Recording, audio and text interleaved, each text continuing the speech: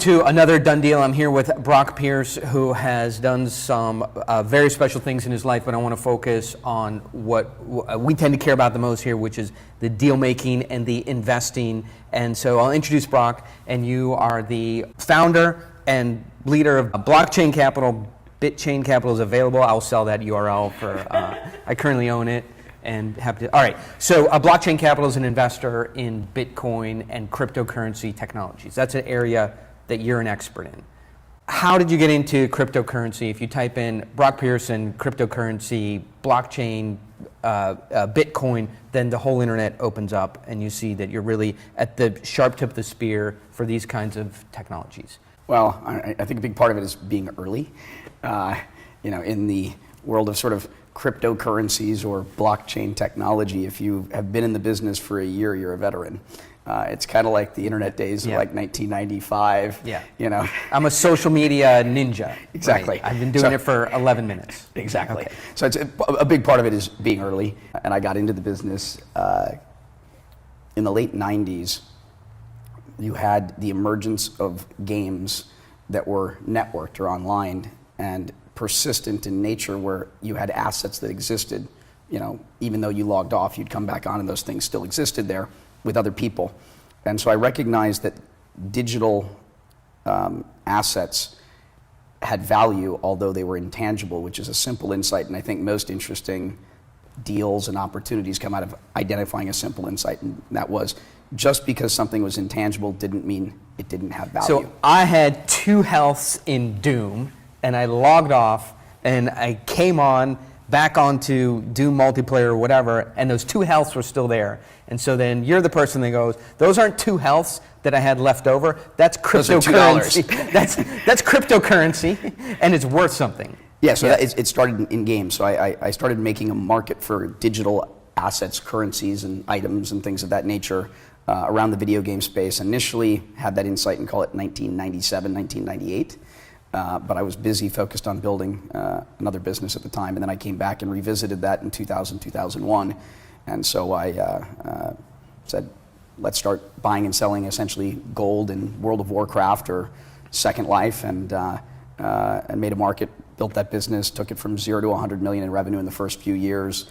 And this is right after the dot-com bust, meaning there was no capital raising. Yeah. The idea of raising money for an internet company in 2001 was kind of like people would laugh at you. Yeah. There was no raising capital. But actually, it's a good time to build a business is in a bear market, because markets are very rational in the sense that there's not going to be any crazy behavior of people spending more than a user is worth to acquire them. So I think we're going to learn a lot about the blockchain and about Bitcoin in the course of talking to you, but I wanted to put a little bit of focus on it for the things that I care about. Invite you to my office to film and spend a bunch of your time, and I appreciate it, to talk about the things that I want to talk about. So it is easier to raise money, get attention, when you are on an emerging or leading edge kind of business, okay? And so how do you, in your career, have identified trend lines that are things that are leading edge, right? Because it just makes life easier. There's less competition, there's less provability, defensibility about your plans, there's less scrutiny, and there's a lot more excitement and more sexiness. That's 5 awesome things to have in a deal. The only trick is you have to be on a real trend line that people believe is really going to happen.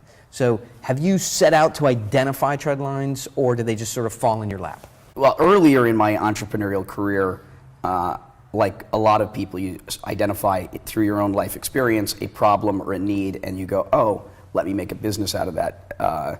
And that's kind of where I started. But no, as you learn and you're around the track a couple of times, you learn it's really about identifying global macro trends, stepping back and saying, how is the world evolving? And start saying, what is the world going to look like in 5 or 10 years? And start building a business to meet yourself at that point 5 or 10 years out. And so I look at everything from a very global sort of macro perspective. And the space I'm working in now, it's total addressable market. How big is the market? How big can it be at scale? Assuming that it actually succeeds or takes off in the way that you think. And blockchain technology and things like Bitcoin are basically playing in the largest market there is. So it's not a big pond, it's call it a big blue ocean.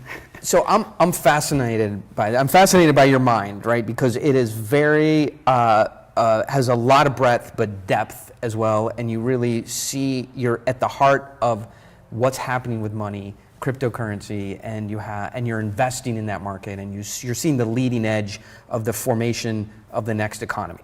And so that is fascinating to me, and I feel like we could talk for hours, and I'd be learning the whole time you're talking. But just to slow down for a second, Brock Pierce can do these things, okay? And you have so much experience, and you're at the leading edge of money and currency.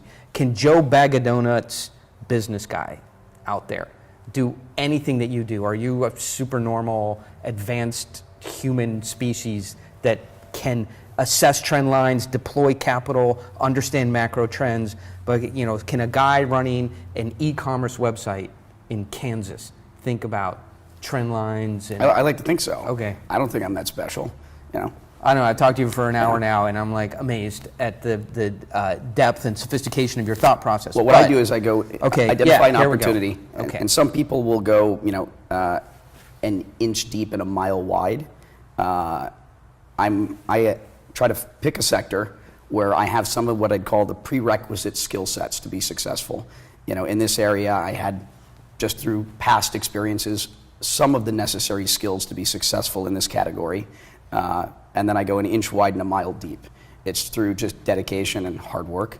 I work 16-hour days. I'm pretty much working 24 hours a day, 7 days a week. Even my social life is deeply integrated with my work life in such a way that kind of in a Malcolm Gladwell 10,000 hour, just commit yourself and do it. And I believe everyone's capable of just about anything if you commit yourself to it. Let me test that, right? So let me test that. You and I invent a business here. Let's take away what you know, right? So you can't lever, you can't use your capital, and Sounds like a fun exercise. You can't use your relationships, you can't breathe air, drink water, no. Let's take away currency, let's take away the word crypto, let's take away media and entertainment, and let's see, we are in logistics, right? Okay. We can use drones, and obviously pizza delivery and marijuana delivery and tracking of trucks and all been done. So how do we think about trend lines and find ourselves a decent business idea that would be sexy, that would be on a global macro trend, that would utilize technology, that we could get people excited about? Not areas that I have expertise in, but I see a couple of macro trends in this area. I mean, obviously you've got kind of what is happening with Uber, and I think of Uber more as a logistics company than I think of it as a, call it a replacement for taxis. And I think that hence the reason they're seeing this sort of market cap today. There's another macro trend that's interesting, aside from drones, which would be 3D printing. Yeah. And I'm really fascinated by that trend line, because if you think about kind of the global supply chain and manufacturing in places like China, I think that the entire global supply chain of the world is about to change, because I don't think you're going to have things manufactured in the developing world and then put on boats and shipped over here from a logistics perspective. Products are going to be manufactured or printed near the point of consumption. The giant plastic Santa. Yes. You don't want to get it from China. Well, but it's not going to be all plastic either. We can print organs at this point, and food. Yeah. Funny enough, Intellectual Ventures has got patents on printing strawberries and things. You start thinking about, where do I think the world's going to be in 10 years? And as an entrepreneur, you want to be building to that future. Yeah. Not, if you're building something for a market that you believe exists today, you're already going to miss the mark. Yeah. And so I think that the intersection of 3D printing, logistics, potentially drones, we could make a fun business with a lot of sexy buzzwords. Okay, so here it is. We're going to throw some big data in there, maybe. Right. So here it is. Predictive on weather patterns, and where it sees a bridge go out, the drones come in, right, and they drop in 3D manufacturing equipment, and they install strengthening, retaining walls on bridges that are at risk from weather patterns. There we go. Okay. Funded.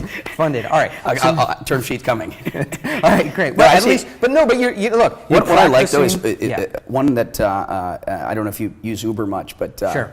I don't own a car. I've been using Uber full time for years, which is kind of, it's becoming popular, but I think I was an early adopter of these things. And that's, I think, another important lesson is try to be an early adopter of technology, engage with products early, because what that does is I'm not smarter.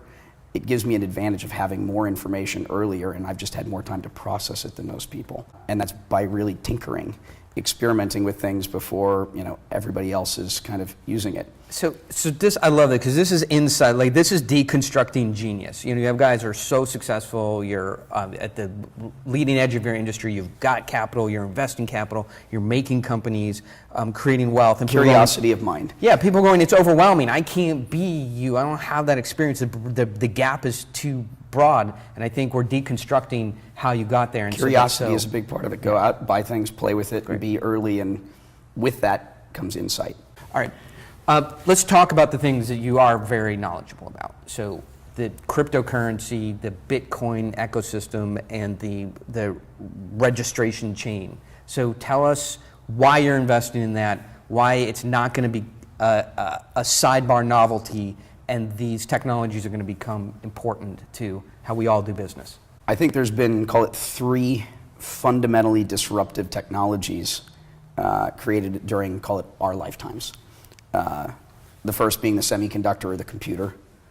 The second being Coffee. TCP/IP or the internet. Yeah. I think the third is going to be the blockchain. Okay.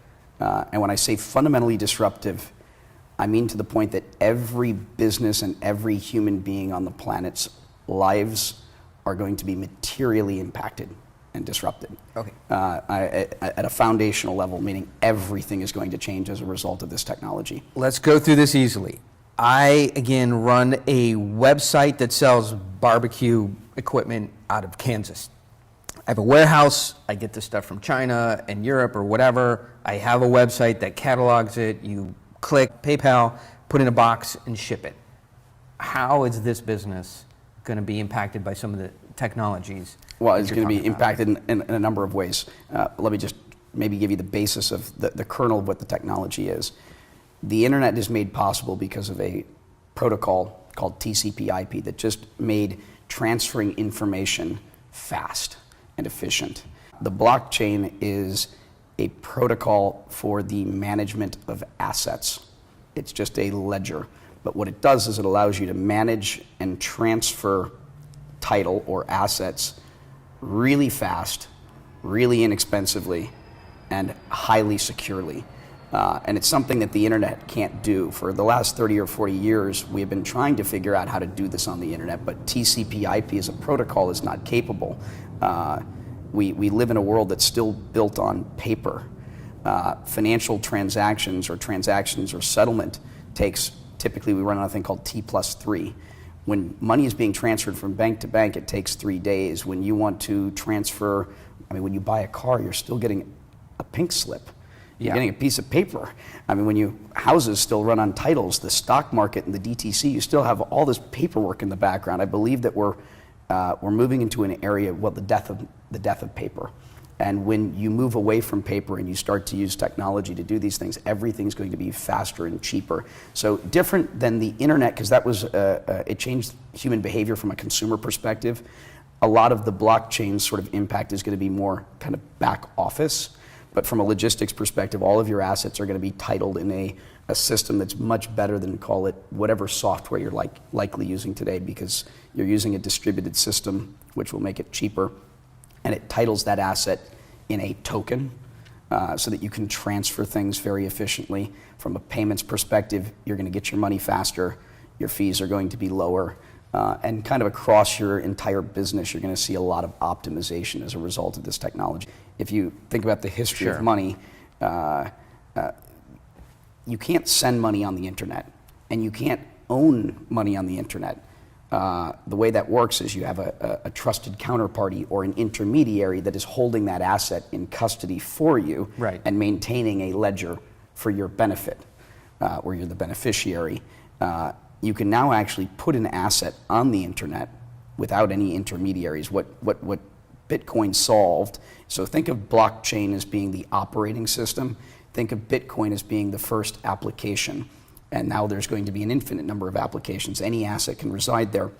But you couldn't send money over the internet because of a thing called the Byzantine generals problem, better thought of as the double spend. Think of it as if I were going to send you an asset over email, think of it like a picture.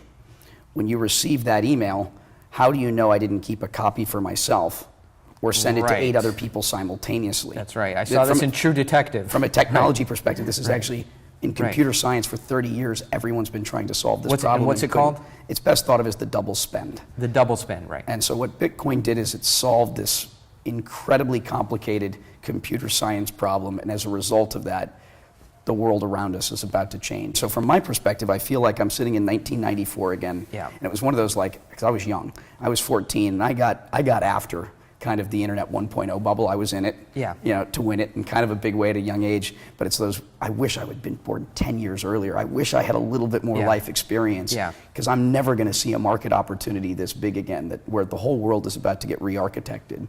And I've got that sort of excitement, like it's 1994 all over again. But I'm actually mature enough, and I'm at that age where I still work really, really hard, but I'm experienced enough that I can be dangerous.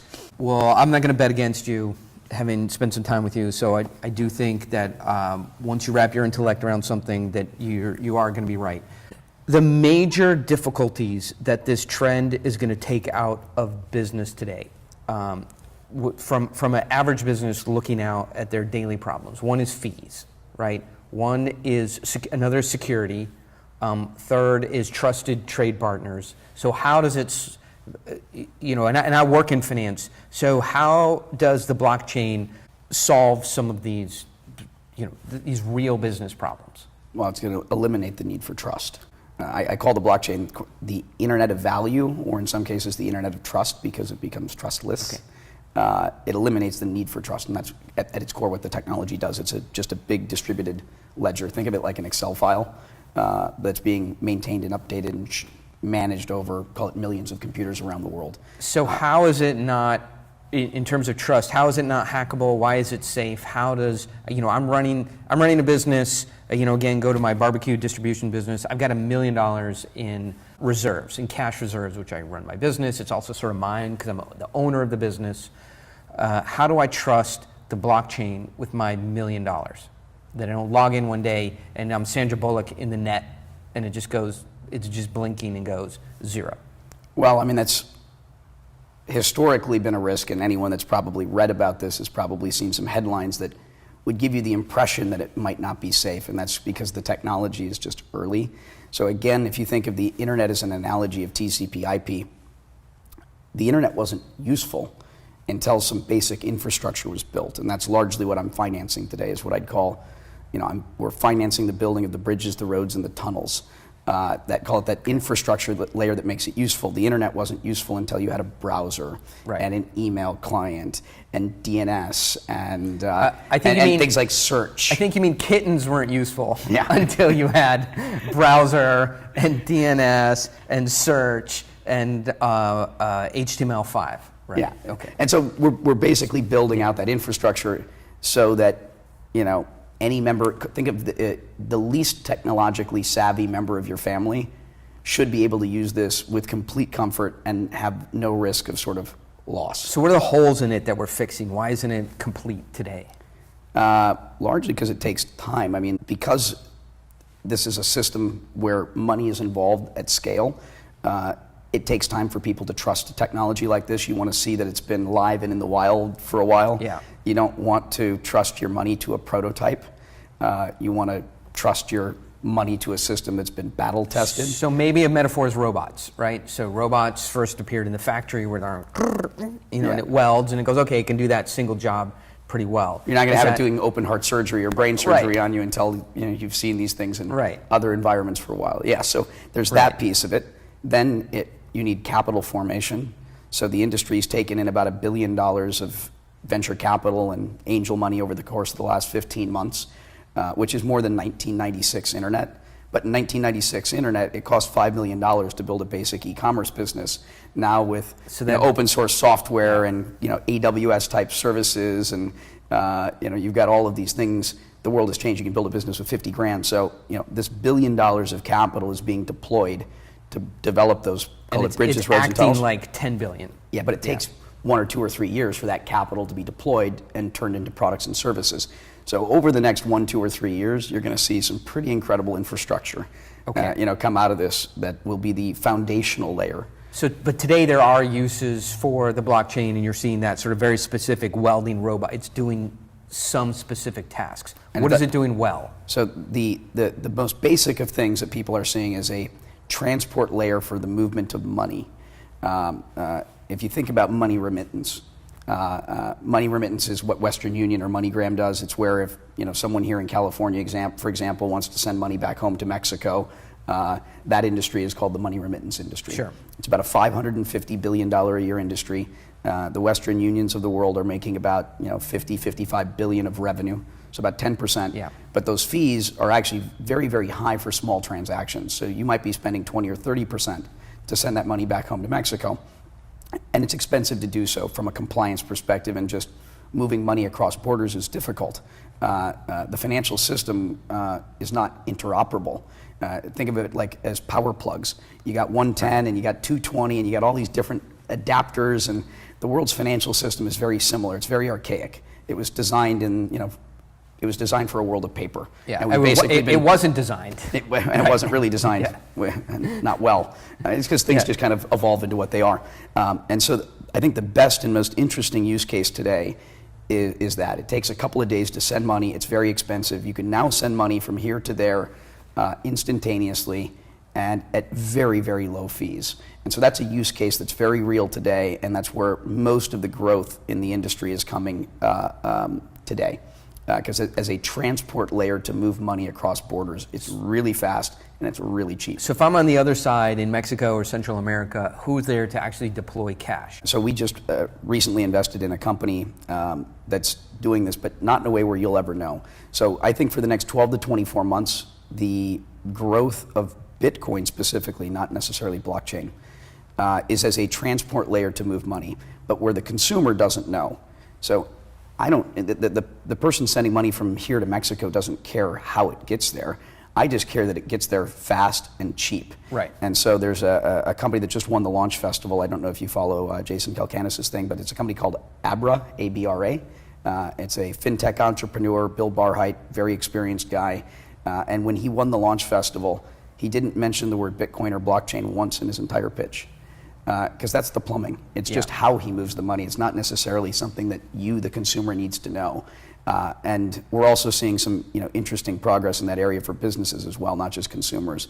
But if you're paying your suppliers, your vendors, your affiliates, whoever it is that you have across borders, obviously there's huge amounts of money around the world moving. But you don't need to know that. I just call you up as a business. I say, I can send you pay a lot of vendors in China. Send me the money and I will pay your vendors in China, and I'll do it for a fraction of the price that you're currently paying.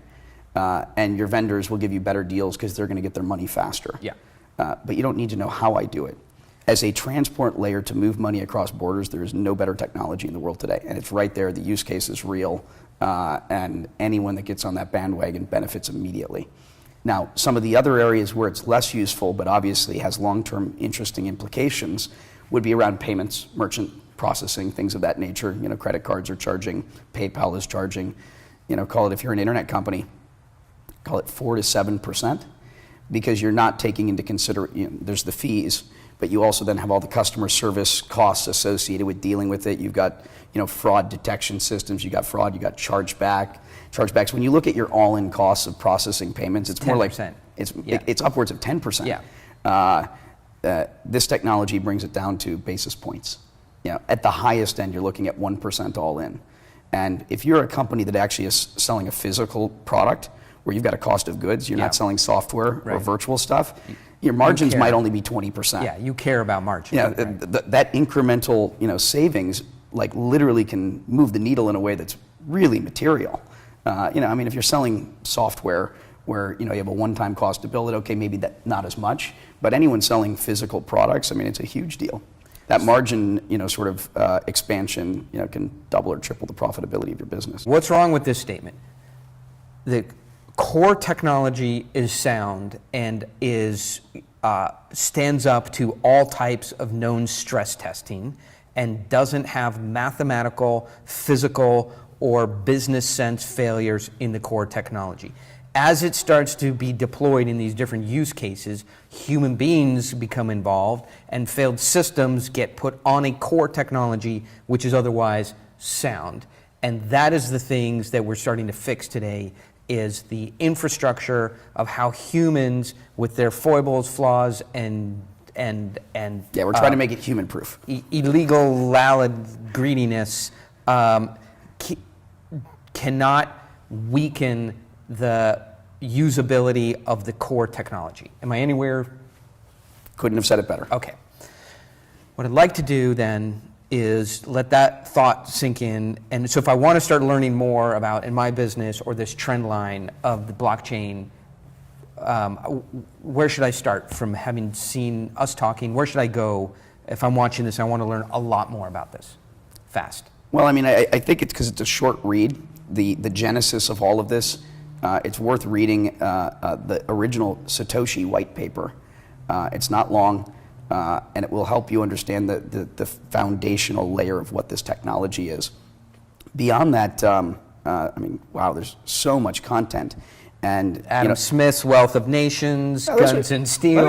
Actually, it's worth spending a little time on, because money plays such a central role in human life, but so few humans actually know what money is, where it comes from, why it even exists. I mean, I'm surprised by how little knowledge people have of money and where it comes from and why it exists. It's a pretty good question to ask yourself, what is money? Because most people don't know. Okay. Or where it came from. So that's fun to go back into the Wealth of Nations type stuff, and that, just for intellectual curiosity, is a pursuit I encourage everyone to go down. But to understand this stuff, the world is changing rapidly. Obviously, the world of blockchain time is running at like 10 or 100 times internet time. So any static content I would give you is probably not worth using. But in terms of resources, there's an industry news site called CoinDesk, which will have a lot of data there, and they're releasing sort of quarterly reports and kind of the state of the industry. That's a great resource. There's another site called Cointelegraph, which is, I think, pretty useful. But generally, if you want to really dive in, there's some great podcasts. It's a thing called Let's Talk Bitcoin, and if you spent 100 hours listening to those episodes, you'd probably be as knowledgeable as I am right now. Okay. So that's a pretty fast path. I very much doubt that, but if anybody wants to go and read all that, we will do a Brock battle test with your intellect and see if that is in fact the truth. One of the things that's very interesting to me is you're, as involved as you are in this technology, you are investing, as you said, as an index fund in lots of instances of companies working on the infrastructure for the blockchain. So making lots of investments in relatively early stage companies to try and see which ones which of the baby turtles are going to make it to the beach. Because the mama turtle goes, I don't know, I got 1,000 babies, right? They got to get to the beach. I love this little one named Henry, but if I help Henry get to the beach, then 997 other ones could get eaten by seagulls. I just got to let them go. All right, that's definitely an index fund? Yeah, no, so I started a venture fund because I'm sitting and looking at the sort of market opportunity here, and I'm going, wow, it's big. How do I want to play it? I'm an entrepreneur by background, so I can go start a company and be CEO and do one thing. Right. But I'm not sure about where the value is going to be created. But I know it's going to be created in many places. So instead of taking the entrepreneurial route, we started the first venture fund. Okay, that so was slow focused down for a second. exclusively on investing in this area. Who, in terms of limited partners, guys who are giving you the money to invest, who buys that thesis? Right? We don't know exactly where things are going to go, but this is a major trend line, and we're going to participate in it as smartly as we can. Yeah. So who goes, I know I'm going to have 8 out of 10, 7 out of 10 misses, but the ones that I hit are going to be round the bases. Fortunately, I think we've got the smartest LPs you could have. I mean, my LPs are venture capitalists, some of the most well-known in the world, on their personal accounts.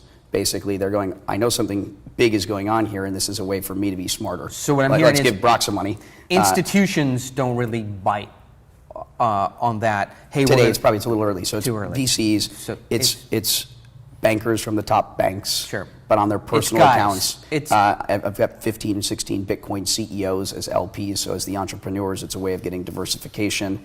It's kind of who you would expect the smartest possible people, but on an individual basis. It's CRGs, crazy rich guys. Companies come in and they go, I'm the, we think the blockchain is that we talk about blockchain is important for media distribution rights. Okay, and we have a plan, and we've started a company, and we have a business thesis for management of digital media rights with the blockchain. So how do you start underwriting or assessing that company to say it's a pass, or we're going to deploy cash into it? Well, I mean, the most important thing typically is the team. Is this a team that I think can execute and build a great business? Because that's the most important thing. Even if the idea is great, if the team's wrong, there's no chance we're investing. So team comes first. Second is this is an area where we believe there's a big market opportunity. Do we believe they're solving a real problem where enterprise value will be created as well? Because there's value creation and there's also value capture. I have to believe that they're going to be able to capture value. Yeah. Are they the right people focused on the right problem? Do we think the market timing is right? What does the competitive landscape look like? But net, ultimately, okay, for that particular business, try to understand the potential partners they're going to have as well, and that might be some of your sort of references. Reach out to the companies that they're going to need to eventually work with and find out, is this something that you guys would do? Could you envision yourselves working with these groups? Because anytime there's a disruptive sort of technology, there's normally an incumbent, and that incumbent normally is at risk. And try to understand how are the incumbents going to behave. Obviously, we're quite comfortable challenging incumbents. Inherently, this is an industry that most people would like to go away, and that's an interesting thing that's happened over the last couple of years. Is really, I think the banks had said, we hate this technology. Sure. To eventually going, okay, you can't uninvent something that's been invented, so let's get smart about this technology. And most of the banks over the last, call it 3 or 4 months, have all kind of come out in strong sort of support now of the industry, whether it be Goldman Sachs, Royal Bank of Scotland, JP Morgan, Citibank, UBS, Barclays, BNY Mellon. I mean, all of these banks have come out in a pretty big way. What about the intermediaries? I mean, PayPal's an intermediary, so there's these 100, 300, I know a $700 million intermediary that's in credit card top-off, right? Yeah. Credit card top-off is sort of, first in line to take the bullet on any kind of blockchain, Bitcoin, cryptocurrency. Yeah, I mean, the industry that I think is most threatened would be something like title insurance, because it's an industry that I think doesn't need to exist at all. It's not, normally most of these industries are not going to go away. If you look at the value chain, it's going to, maybe margins are going to get eroded, but maybe margins expand because your back office, you can be more efficient in what you do. And I think, all the banks are looking at blockchain technology essentially as, I think, a back office solution right now. From their perspective, sure, I think they're going, I can cut my cost by 80%, which means I think banks are seeing this as a potential for huge profits for them. I mean, if you look at ING or the large banks that do, deed storage or title storage, they have these giant aircraft hangars, abandoned aircraft hangars, protected by fire deployment systems that keep, half of it's underground, that keep the original deed. And if that, there's cameras and fire suppression systems and guards, because if that stuff is gone, the economy is gone. But the nice thing is, it can all go away right now, and it doesn't make the economy go away. Yeah, so those are the guys that are nervous. I want to go back to funding because we got off on a good tangent, but a tangent. So we'll go all stages too. Okay. Because we're a sector-focused fund. We're stage agnostic. You don't want to be, we're sector-focused and only do seed. Normally want to see, okay, a minimally viable product, preferably like to see customers, like to see revenue. Obviously, the more of those things a business has, the more likely it is you're going to get a yes out of me. The less of those things you have, the more compelling the team is ultimately going to have to be. I see the other side. I have hundreds of entrepreneurs coming and saying, hey, funding is difficult. What can I change about my pitch to a venture capitalist, right? And so we're throwing out 100 terms here that I just want to get focused on a couple. So team. I think people get very confused about what a great team looks like to somebody who's going to write a check. All right. So I think on the other side of the ledger, the entrepreneurs, they think, hey, I've worked somewhere before. I have a track record of being, in an early stage company. I put my own money, into this project, and I have affiliated people from this industry involved. And they think sort of that's the team checkbox. Let's get deeper into what a rockstar team really is defined as. Well, I mean, I think you checked most of the boxes kind of generically. Right. Right. So we're in a gray area. Right. And there's no right founder. Founders, come in all shapes and sizes. And there's no. We're going to go there next, Yeah. right? So I don't have that background because the guy from Dropbox, he didn't have the background. So we'll go to the guys who don't have the background in the fix. But for you, it's really it's kind of like dating. It's kind of like dating. Okay. You kind of know it when you meet it. Okay. It's kind of like love at first sight. That you meet someone and you just go, I love this person. I think they're going to be hugely successful. I think they're going to kill it at whatever it is that you're doing. And you're going, and I go, please take my money. Okay, let me try and build a proxy for an awesome team. Okay, two guys who are complementary. They don't not both. So let's have a female founder. Okay. There's a guy and a girl. Okay, a Chinese female and a African American male. All right, now we have a politically correct startup. And thank you. That's good. We don't do enough of that around here. Thank you. Okay. And so one's a heavy engineer, and one is an engineering/marketing person. For me, Great combination. Great combination. Okay. A good co-founder situation. Good co-founder. A technical co-founder and someone that knows marketing, sales, business, whatever. Those combinations. Second, they both wrote checks that we might think of somewhat meaningless, but were painful to them at the time that they wrote it. It's all relative. Relative, right. If the founder put in $10,000, but they only had $10,000 to begin with, that's called you're committed. You're committed. You weren't previously a UPS bus driver. You were at Yahoo or Microsoft or Bank of America. Hopefully not Yahoo. Okay, not Yahoo, I'm sorry. Well, Google's better. You were at Google. You were at the, you were at Bank of America's new currency, crypto defense division. Their innovation labs or something. Yes.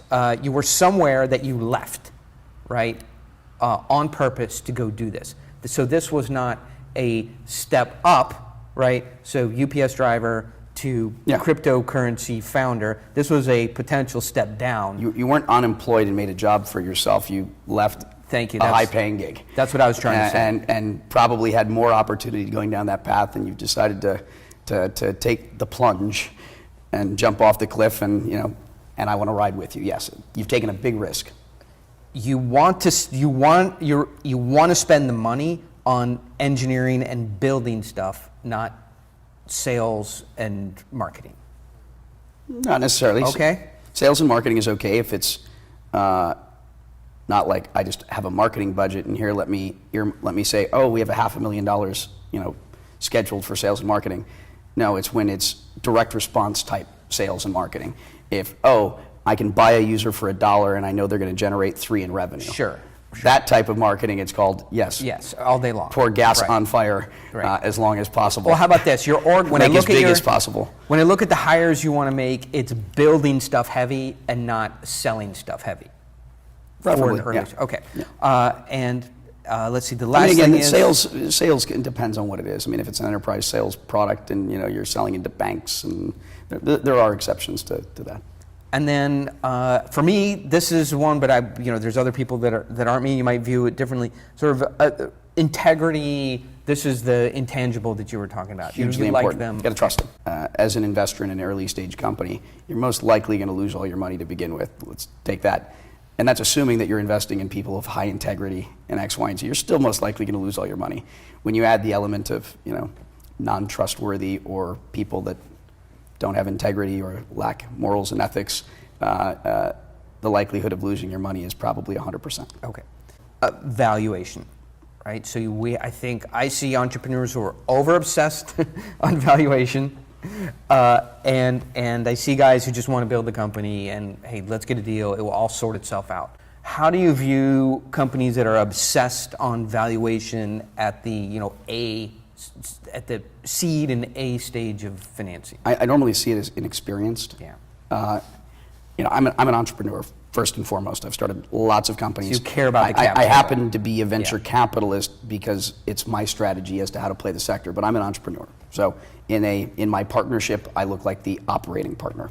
Valuation from an entrepreneur's perspective, I think, is not very important because the outcome is going to be binary. It's either a 0 or a 1. And a lot of entrepreneurs are optimizing to ownership versus optimizing to success. Sure.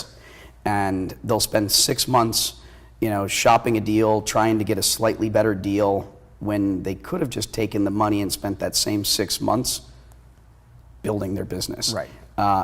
And so I tend to think that entrepreneurs overly focus on it, but no, great, get the best deal you can and call it a day and move on and build. Optimize to success, because if your business is successful, you're going to make a lot of money. And if it's not, it didn't matter anyway. And so kind of just get that show on the road. I constantly give entrepreneurs this advice and they tend not to take it because, like most lessons, you have to learn it yourself. Did you just say you gave entrepreneurs advice and they didn't take it? That's so weird to me. Every entrepreneur we meet, we give them advice and they're like, oh, that's a good idea, I'm going to go do that. Normally you have to make your own mistakes, but when I'm wearing an entrepreneurial hat, I literally just say, hey, all right, I like you as an investor, we get along well, here's your offer, push back once, all right, we got a deal, call it a day, get to work. Yeah. And I find that that's probably the best recipe for success. So as a last topic, I think we're in agreement. We came up with the business that scans weather data using big data algorithms. It finds major weather incidents and deploys drones with 3D printing equipment, which can strengthen bridges and infrastructure that could fail from the weather event. Good company. You and I both commit to it with our time. We're leaving other good careers. We each write a $500,000 check. So there's maybe too much. We each write a 50. By the way, valuation just changed quite a bit as a result of that. Yeah, $50,000 check. Now we'll raise probably another $2 or $3 million to co-invest alongside us, but that's probably now at a $10 million pre. Well, that's right. That's where I'm going. going. $1 million in, where the price just went up. That's where I'm going. We both write a check called sweat equity. Okay. Yes. But we have an office. Sweat isn't cash. Yes, sweat. Sweat as in sweat, as in CrossFit. All right, so we have this company, and it's a good idea. We get a decent board of guys. Mm-hmm. We get Bill. We get the guys who have what's the drone? Well, what's the major drone? What is it? Parrot? Okay, we get Parrot on the board. We get guys from the Scripps Institute, so we have a real board built out. We've got you and I. We have a little bit of cash. Now, because you're, not because of me, but because you're in the deal, yeah, and all of the elements you just described, we might actually be able to go out and raise, call it a meaningful Series A right out the gate. Okay. I mean, this could be one of those deals where that's what I'm you pushing could for. raise $10 or $20 million as a seed round, essentially, on a 30 or 40 million pre. And those types of deals do get done. So we just moved with no real additional money from a $5 million to maybe a $15, $20 million valuation using, I'm not going to call it smoke and mirrors, but using credibility, using experience, using a limited amount of money, using relationships, and starting to build this company in a way that investors really care about. Yeah, we've just said we've figured out a moonshot.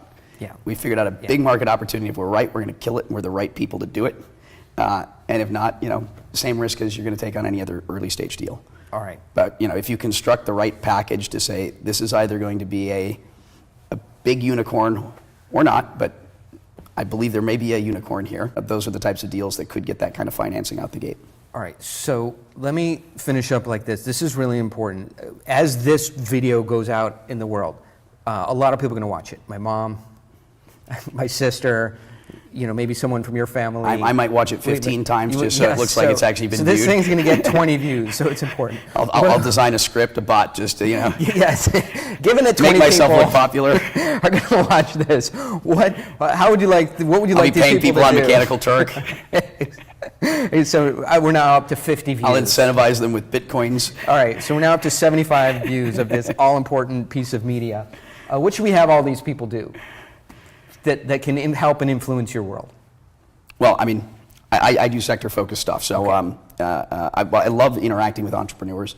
I probably help and give advice to, I mean, certainly hundreds of entrepreneurs a year, and of that, dozens of them that are not in my sector, just because I love what we do as an industry. I mean, I worship entrepreneurs and everything that we do. Okay, so let's leave it at this. If you're an entrepreneur out there and you're interested and you have an idea or deal or a project in and around the blockchain, you contact Brock and he will give you advice. If you drop my name, say, hey, Oren sent me, then he'll give you good advice. Right? That's a kind of a bonus of knowing this. But you can get just sort of plain old, hey, I'm on my way to get a coffee advice for free. Drop my name. It's still free, but it might be a little bit better quality. If you're interested in the blockchain, get in touch with. And I'm pretty easy to find. Yeah. I'm active enough on social media, Twitter. LinkedIn is probably not best for messaging, but I'm all over the place and I'm pretty easy to find. Yeah, and if you find Brock out there in the real world and he's still ignoring you and he won't talk to you, just run into the back of his car or his Uber and he'll get out and start yelling, and you guys will then have a chance to exchange information and meet. That works. Okay.